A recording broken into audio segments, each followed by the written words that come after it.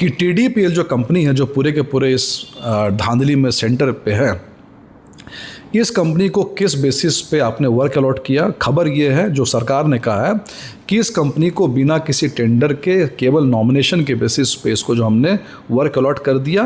Quality थी कि उसके अंदर कोई क्वालिटी नहीं थी। एल ख्यांते का केवल एक ही काम था, जो मुख्यमंत्री ने कह दिया उस पर साइन करके एग्जीक्यूट करना है। तो अगर उस एजेंसी ने करप्शन किया तो उस एजेंसी ने जितने पेपर्स लिए आज तक सब पे क्वेश्चन होना चाहिए। तो स्टूडेंट का यही कहना, हमारा भी यही कहना कि केवल 14th JPSC PT कैंसिल करके आप पूरे मामले को दबा नहीं सकते हैं। पेन करने के लिए, डाइल्यूट करने के लिए, थोड़ा सा उसको सॉफ्टली हैंडल करने के लिए उन्होंने ये तमातोड़ अरेस्ट किए हैं। और दूसरा CID और ACB झारखंड में जो दो बॉडीज़ हैं, इन दो बॉडीज़ का अगर आप इतिहास देखेंगे पिछले 5 सालों में,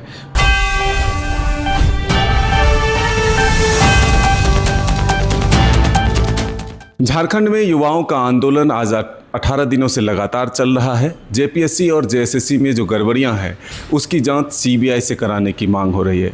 लेकिन इस बीच जो विधानसभा का घेराव हुआ और छात्रों पर लाठीचार्ज हुई, इसके पीछे सरकार अब बीजेपी को घेरते हुए नजर आ रही है। बीजेपी पर यह आरोप लग रहा है कि बीजेपी के युवा मोर्चा के गुंडे उसमें शामिल थे, इसलिए पुलिस को वहां पर लाठीचार्ज करनी पड़ी, आंसू गैस के गोले छोड़ने पड़े।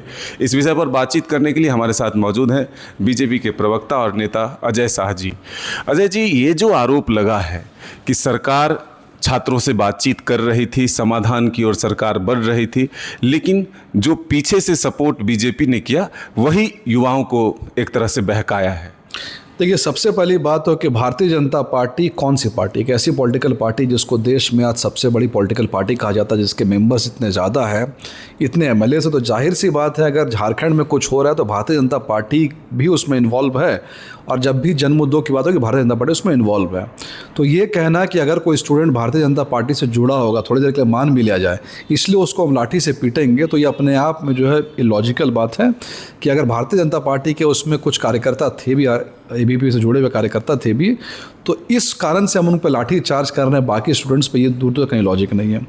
दूसरी बात, सवाल अभी वही है, सवाल आज भी वही के वही है, और हर रोज़ कुछ ना कुछ नए नए खुलासे हो रहे हैं। अगर आज आप खुलासा करेंगे तो इस पूरे प्रकरण में हम देख सकते हैं कि जो एग्ज़ाम धांधली की बात कर रही है, जो डिबेट चल रहा है, इस पूरे के पूरे डिबेट में 3 तरह के लोगों के ओपिनियन आ रहे हैं। पहला ओपिनियन तो स्टूडेंट्स का है, दूसरा ओपिनियन भारतीय जनता पार्टी का है, और तीसरा ओपिनियन जो है गवर्नमेंट की तरफ से है। हम थोड़ी देर के लिए मान लेते हैं कि गवर्नमेंट ही सही है, और गवर्नमेंट का जो ओपिनियन है, गवर्नमेंट की तरफ से जो फैक्ट्स आ रहे हैं, हम उसी पे बात करते हैं। गवर्नमेंट की इन्वेस्टिगेटिंग एजेंसी जो CID है, CID के फैक्ट्स पे अगर हम बात करें तो CID के फैक्ट्स पे चलिए बात कर लेते हैं, और कई सारे उसमें सवाल है। सबसे पहला सवाल यह है कि TDPL जो कंपनी है जो पूरे के पूरे इस धांधली में सेंटर पे है, इस कंपनी को किस बेसिस पे आपने वर्क अलॉट किया। खबर ये है जो सरकार ने कहा है कि इस कंपनी को बिना किसी टेंडर के केवल नॉमिनेशन के बेसिस पे इसको जो हमने वर्क अलॉट कर दिया। यह फैक्ट जानते हुए कि इस कंपनी के डायरेक्टर्स को UP में अरेस्ट किया गया था, इस कंपनी को ब्लैकलिस्ट किया गया था, और झारखंड के अंदर में ही JSSC ने इस कंपनी को ब्लैकलिस्ट किया था। उसके बावजूद JPSC ने उसको टेंडर जो वो दे दिया। दूसरा, अभय तिवारी ने इस बात का खुलासा किया है कि JPSC के चेयरमैन एल ख्यांते को 2 करोड़ रुपया वन टाइम और हर पेमेंट में 20% का कमीशन था। तीसरा, अभय तिवारी ने कहा है कि जो 11th और 12th JPSC है जो हो चुका है, जिसके रिजल्ट्स बढ़ चुके हैं, लोगों ने नौकरी करना शुरू कर दिया है, उस नौकरी में इंटरव्यू में जो पैनल था, चेयरमैन समेत और मेंबर्स, इन सबको 5 से 15 लाख रुपए किसी आदित्य पांडे के थ्रू जो है पहुंचाया गया है। नेक्स्ट, अभय तिवारी ने ये कहा कि SSC CGL में 15 बच्चे ऐसे हैं जिसका खुद उसने 12-12 लाख रुपए लेकर के बोकारो में उनको प्रश्न रटवाए। नेक्स्ट, अभय तिवारी ने खुलासा किया कि जो CDPO का एग्ज़ाम हुआ था, CDPO के एग्जामिनेशन में जो रिजर्व कैटेगरी, अनरिजर्व कैटेगरी के जो स्टूडेंट्स थे, उस पर झारखंड के नहीं सबके सब बाहर के लोग जो उसमें आ गए। तो हमारा कहना है कि चलिए, CID ने इस बात को इंडोर्स कर दिया कि केवल JPSC 14th PT नहीं, कई ऐसे एग्जामिनेशंस है जो कि विवादों पे है। तो हमारा बिल्कुल साफ कहना है, जो स्टूडेंट्स का भी कहना है, कि अगर आपने मान लिया कि एक एजेंसी TDPL इसने करप्शन किया है, तो अगर उस एजेंसी ने करप्शन किया तो उस एजेंसी ने जितने पेपर्स लिए आज तक सब पे क्वेश्चन होना चाहिए। तो स्टूडेंट का यही कहना, हमारा भी यही कहना कि केवल 14th JPSC PT कैंसिल करके आप पूरे मामले को दबा नहीं सकते हैं। इस एजेंसी ने जितने भी एग्जामिनेशंस लिए, चाहे वो असिस्टेंट पब्लिक प्रोसिक्यूटर की बात करें, मेडिकल ऑफिसर्स की बात करें, फॉरेस्ट ऑफिसर्स की बात करें, एई की बात करें, जेई की बात करें, डिप्टी रजिस्ट्रार की बात करें, इन सब पे क्वेश्चन होना चाहिए या नहीं होना चाहिए, बस सरकार इसका जवाब देती, क्योंकि सरकार कह रही है कि ये कंपनी फर्जी है, इसने घोटाला किया। तो और घोटाला किया तो जितने और इसने एग्जामिनेशंस लिए हैं उस पर भी जांच होनी चाहिए। हमारी सिर्फ इतना ही मांग है। अब हम आते हैं फैक्ट्स पे। अब सरकार कह रही है कि नहीं नहीं, हमारा इसमें कोई इन्वॉल्वमेंट नहीं, हमने लोगों को अरेस्ट कर लिया है। आपने सबसे पहले कल रात में अरेस्ट किया एल ख्यांते को। एल ख्यांते कौन है? एल ख्यांते जेपीएससी के चेयरमैन है, पर इसके पहले वो कौन थे? इसके पहले वो झारखंड के चीफ सेक्रेटरी थे। झारखंड का चीफ सेक्रेटरी वही अधिकारी बन सकता है जो चीफ मिनिस्टर का पर्सनल सेलेक्ट किया हुआ आदमी है, कुछ ऑफिसर्स के पूल ऑफ ऑफिसर्स में से उसको आपको लेना है। सबको मालूम है कि एल ख्यांते के अंदर केवल एक ही क्वालिटी थी, कि उसके अंदर कोई क्वालिटी नहीं थी। एल ख्यांते का केवल एक ही काम था, जो मुख्यमंत्री ने कह दिया उस पर साइन करके एग्जीक्यूट करना है। तो सीधी सी बात है, हमारा सीधा सा सवाल है कि आपने जिस आदमी को अरेस्ट किया है वह चीफ मिनिस्टर का ब्लू आइड बॉय था। तो अगर आपके ब्लू आइड बॉय ने इतना बड़ा स्कैम किया है आपकी नज़र में, आपके इन्वेस्टिगेशन में, तो आपकी जवाबदेही कुछ है या नहीं है। नंबर 2, जो दूसरे समन किया गया है अजीता भट्टाचार्य, वो कौन है?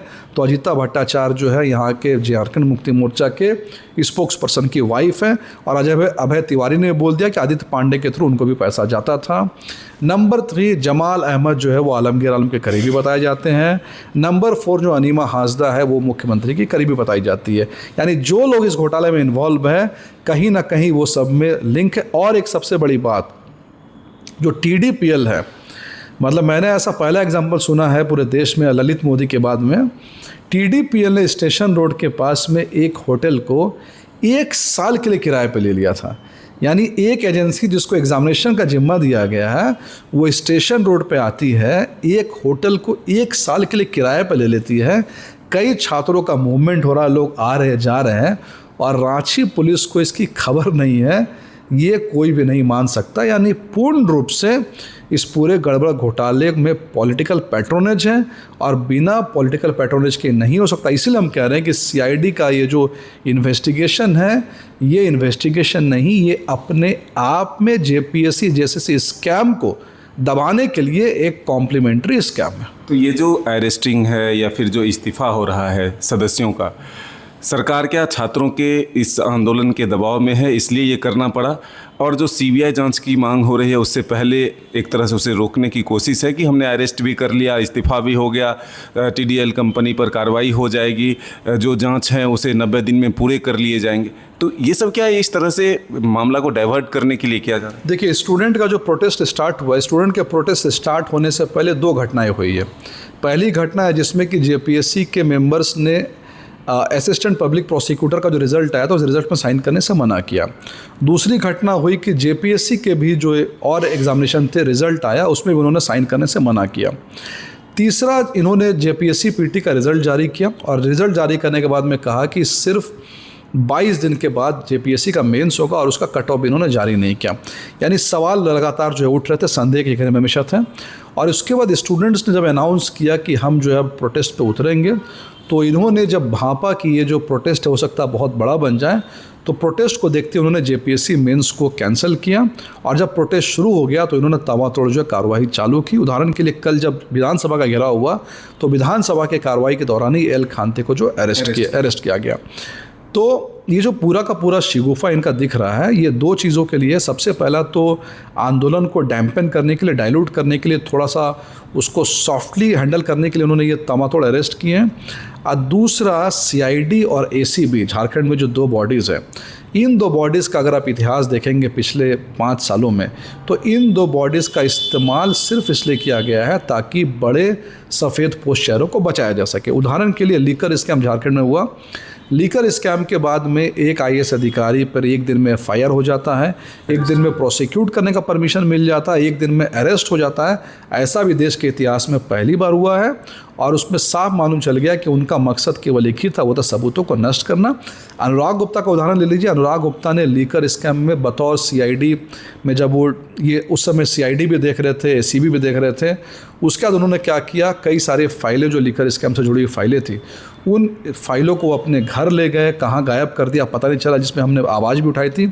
बाद में मालूम चला कि वो फाइलें जो मिल ही नहीं रही है। तो कहने का मतलब है कि सीआईडी भी उसी रोल में है, फाइलों को नष्ट करना, सबूतों को नष्ट करना, ताकि एल ख्यांते जैसे एक आदमी पे, जिसको मैंने कहा कि जो एल ख्यांते का कोई भी वर्थ ब्यूरोक्रेसी में नहीं था, वो बहुत ही एक सीधे साधे करप्ट ब्यूरोक्रेट में माने जाते थे। ऐसा नहीं कि वो कोई साधु संत आदमी थे, लेकिन एल ख्यांते के बस का है ही नहीं इतना बड़ा करप्शन करना। एल ख्यांते एक बस कठपुतली है, प्यादा है। उसके ऊपर के जो लोग हैं, जो चीफ मिनिस्टर ऑफिस में बैठते हैं, उनको बचाने के लिए, उनके नाम छिपाने के लिए ये पूरा का पूरा प्रकरण किया गया। कल जो विधानसभा घेराव के दौरान देर रात पुलिस की लाठीचार्ज हुई है, इसको किस रूप में देखें? देखिए, सबसे पहले तो एक रात पहले इन्होंने एक मीटिंग की, चीफ सेक्रेटरी की मीटिंग हुई, और चीफ सेक्रेटरी की मीटिंग ने इंस्ट्रक्शन दिया ब्यूरोक्रेट्स को कि भाई एक भी लाठीचार्ज नहीं चलेगा, स्टूडेंट पर लाठीचार्ज नहीं लगा।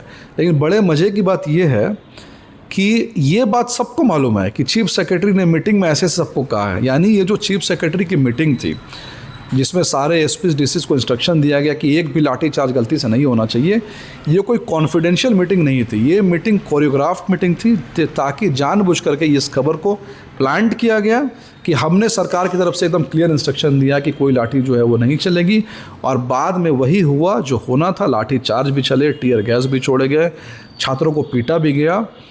और कुछ ऐसे विजुअल सामने आ रहे हैं कि जिसमें कि पीटने की कोई वजह भी नहीं है। उदाहरण के लिए रात को जो विजुअल सामने आए हैं, रात के विजुअल्स में मोबाइल छीन लेना मीडिया वालों का, कोई भी मतलब देखना नहीं, खेत में दौड़ा दौड़ा के बच्चों को पीटा जाना, इन सब से यह साबित होता है कि जो कुछ भी ये चल रहा है, जितना भी प्रकरण है, उस प्रकरण में ये बिल्कुल तय था, मान लिया गया था कि छात्रों को पीट करके, छात्रों की आवाज़ को दबा करके एक डेटरेंस क्रिएट किया जाएगा, इस तरह का डर बनाया जाएगा, खौफ बनाया जाएगा, ताकि ये छात्र जो बैठे हैं प्रोटेस्ट पे वहाँ से उठ जाए, वहाँ से चले जाए, ताकि ये जो पूरा माहौल पूरे देश में देखने को मिल रहा है, जिसमें आज नेशनल इंटरनेशनल मीडिया भी शामिल हो गई है, इनको किसी तरह से बाहर किया जाए, उसकी ये तैयारी थी। छात्रों पर एक पत्रकार को भी डिटेन किया गया, उस पर एक एफआईआर भी दर्ज हो गई है।